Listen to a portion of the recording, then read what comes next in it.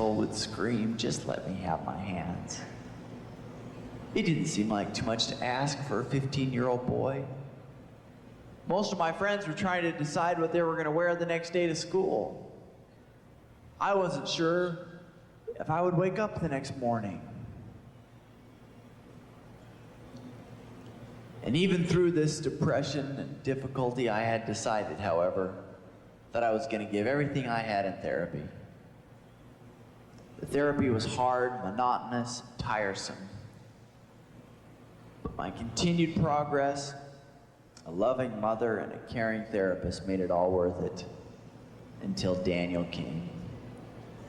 Daniel had been in an accident that was similar to mine, but he had escaped with complete use of his arms and hands and partial use of his legs.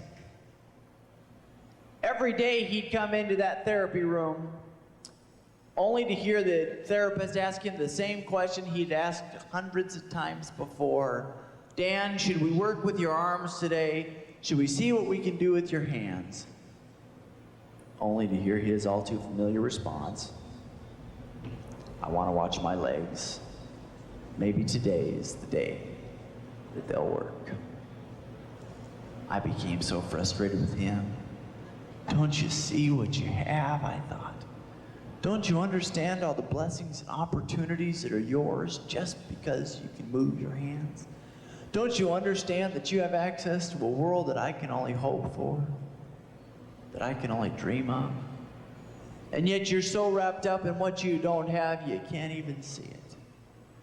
Frustrated and disgusted, I went back to my room that day, and as I did, I passed the room of a friend, Rich Hollinger. I pulled into his room and started to talk to him, and as I did, I noticed that he wore a leather brace on his wrist. It seemed curious to me that he wore these braces. I'd worn similar braces near the beginning of my injury, but had gotten strong enough that I no longer needed them, and he had been in the hospital longer than I had. And so I asked why he wore them, and in his reply, he had his wife come over and remove the brace from his wrist, and his wrist fell. He explained to me that his break in his neck was one pinhead higher than mine. And that because it was, he was unable to move his wrists. I went back to my room that night so ashamed. As I lay there in bed, I moved my wrist up and down, up and down. I began to think about all the blessings and opportunities that were mine, that I had become too selfish to overlook. I found everything that in myself that I hated in Dan. I had spent the bulk of my time concentrating on what I did not have when I should have been focusing on what I did have.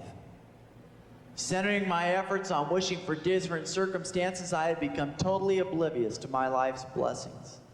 This oblivion caused my outlook on life to become tarnished. It affected the way that I dealt with others, my zeal for life, and the way that I felt about myself. However, with this new realization, I began to feel more blessed. And as I felt more blessed, I became more thankful, and as I became more thankful, I developed a new sense of worth, which brought with it a newfound vigor for life. That day I learned that a champion's heart is always a thankful one.